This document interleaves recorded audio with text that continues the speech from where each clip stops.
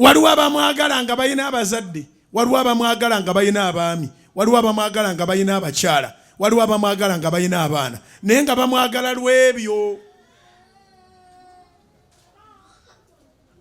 Ne wabaawo n'abamwagala oba ebyo byonna weebiri oba tebiriiwo, bamwagalira ddala nga Yobu bwe yakola. Kwegayiridde va mu kategole y'abakkiriza abagandi ku mwana wange ngenda mu ssabo. Gye bali abakkiriza agandi kukikwatagana n'omwana, omwana wange ekikwatagana n'omwana, awo nsooka nenvaako mu mwoyo n'oyingira muki mu mubiri, olwogenze kuloga.